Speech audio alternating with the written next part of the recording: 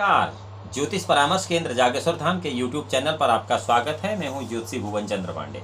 प्रिय दर्शकों, हाजिर हूं लेकर आज आपके लिए ज्योतिष में एक नया विषय अरिष्ट अध्याय, अर्थात जन्म कुंडली में यदि आपके सभी ग्रह उच्च के हैं और शुभ फल देते हों तो भी अगर आपकी जन्म कुंडली में अरिष्ट योग है तो आपको वह शुभ ग्रह उच्च के होने के बावजूद भी शुभ फल नहीं देंगे और इसको ज्योतिष की भाषा में कहते हैं अरिष्ट। आज आपको बताते हैं अरिष्ट क्या होता है। इससे पहले यदि आप ज्योतिष की जिज्ञासा रखते हैं, ज्योतिष में इंटरेस्टेड हैं और ज्योतिष संबंधित जानकारी चाहते हैं तो आप ज्योतिष परामर्श केंद्र जागेश्वर धाम के इस YouTube चैनल को लाइक करें, सब्सक्राइब करें और बेल आइकन का बटन केवल इसलिए दबाएं कि सोशल मीडिया प्लेटफॉर्म पर सबसे पहले आपको यह जानकारी प्राप्त हो सके। चलिए चलते हैं अरिष्ट की तरफ। चतुर्विंशति वर्षाणि यावद् गच्छति जन्मतः जन्मारिष्टं तु तावतं स्यार्दायं च विन्त्येतः। अर्थात 12 वर्ष तक या फिर 24 वर्ष तक, चतुर्विंशति वर्षाणि यावत् गच्छति जन्मतः, जब तक किसी जातक की आयु 24 वर्ष की नहीं हो जाती है, जन्मारिष्टं तु तावतं स्याद् आयुर्दायं न चिन्तयेतः, तब तक उस जातक को बाल अरिष्ट रहते हैं, अर्थात जन्म अरिष्ट रहते हैं। उस समय तक आयुर्दाय भाव का विचार ज्योतिषी को नहीं करना चाहिए। षष्ठारिष्वगेन्द्रो ग्रहे कूरस्य वीक्षितं जातस्य मृत्युदं सद्यष्टा सर्वेषु वीक्षितः।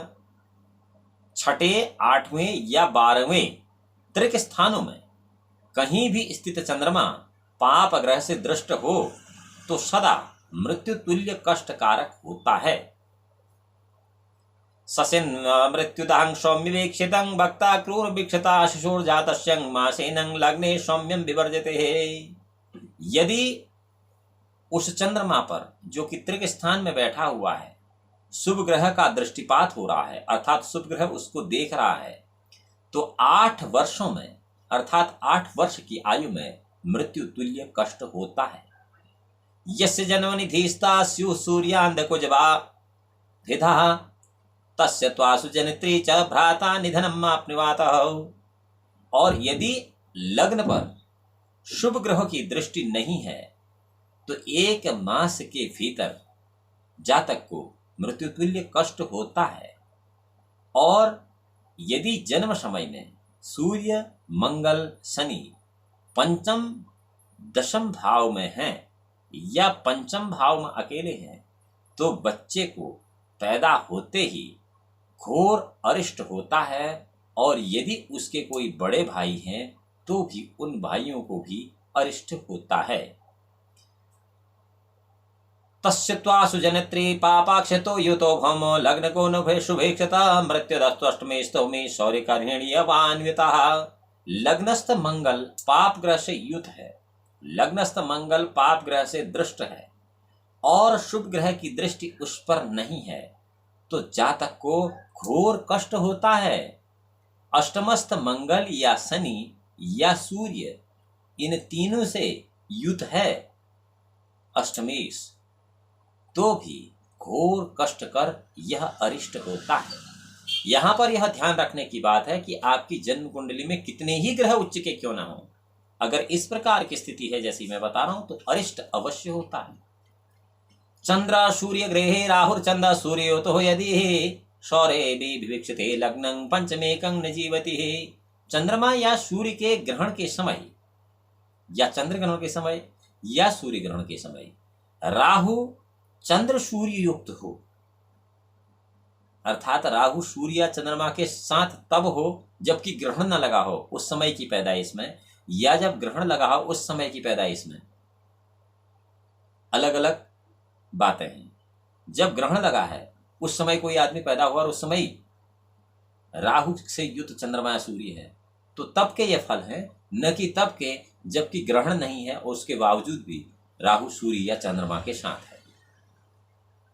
चंद्र सूर्य ग्रहे राहु चंद्र सूर्योति सौरभे वीक्षितं लग्नं पंचमेकं सजीवति। चंद्र या सूर्य से ग्रहण के समय राहु चंद्र सूर्युत हो और लग्न पर शनि मंगल की दृष्टि हो तो जातक को 1 मास के भीतर मृत्यु तुल्य कष्ट होता है।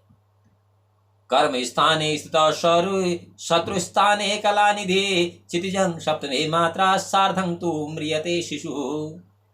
अगर दशम स्थान में शनि, पंचम छठे भाव में चंद्रमा और सप्तम भाव में मंगल हो तो यह माता को घोर कष्ट देने वाला जातक होता है। लग्ने भास्करस्य पुत्रश्चं निधने चंद्रमा यति तृतीयस्थो यदा जीव शयाते यन मंदिरम।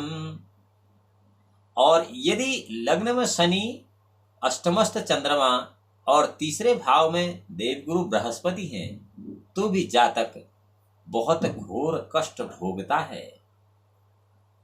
होरायां नवमे सूर्य सप्तमस्यं शनैश्चरं एकादशे गुरु शुक्रो मासमेकं सजीवति।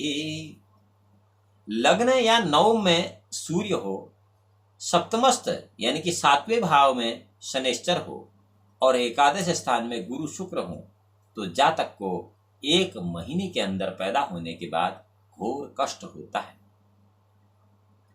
एकादशे गुरु शुक्र हो मासमेकं वे सर्वे ग्रहा नेष्टा सूर्य शुक्रेन्दुराहव विशेषा नाशकर्ता दृष्ट्या वा भंगकारिणः।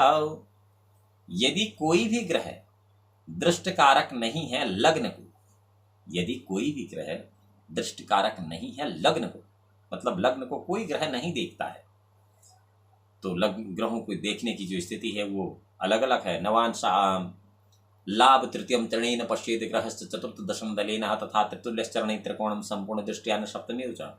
इस सूत्र के हिसाब से यदि कोई भी ग्रह लग्न को नहीं देखता है और सूर्य, शुक्र, चंद्रमा और राहु ये क्रमशः अधिक से अधिक हानिकारक होते रहते हैं, किंतु इनको 12वें पर सूर्य की, चंद्रमा की, शुक्र की और राहु की, यानी कि सूर्य, चंद्रमा, शुक्र, राहु यदि ये छठे स्थान में है, इनमें से कोई भी एक छठे स्थान में है और 12वें स्थान पर तो इनकी पूर्ण दृष्टि पड़ेगी, तब यह अरिष्ट भंग कर देते, अर्थात अरिष्ट का नाश कर देते।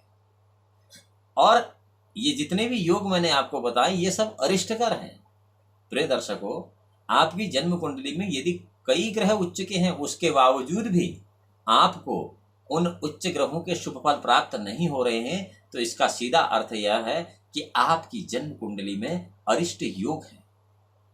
इन अरिष्ट योगों का उपाय बहुत जल्दी कर लेना चाहिए, क्योंकि यदि इन अरिष्ट ग्रहों का उपाय नहीं किया जाए तो जो ग्रह शुभ फल प्राप्त प्रदान करने वाली स्थिति में हैं वो कभी भी अपना शुभ फल प्रदान नहीं करते। किस ग्रह के लिए कौन सा अरिष्ट है ये मैंने आपको बता दिया, और किस ग्रह के लिए कौन सा निदान है इसके लिए एक वीडियो अलग से बनी है। अगली वीडियो में आपको यह बताएंगे कि यह अरिष्ट भंग होता कैसे है। अगली वीडियो में जब हम आपसे मिलते हैं तब तक के लिए भगवान भोलेनाथ आपका परम कल्याण करें। नमस्कार।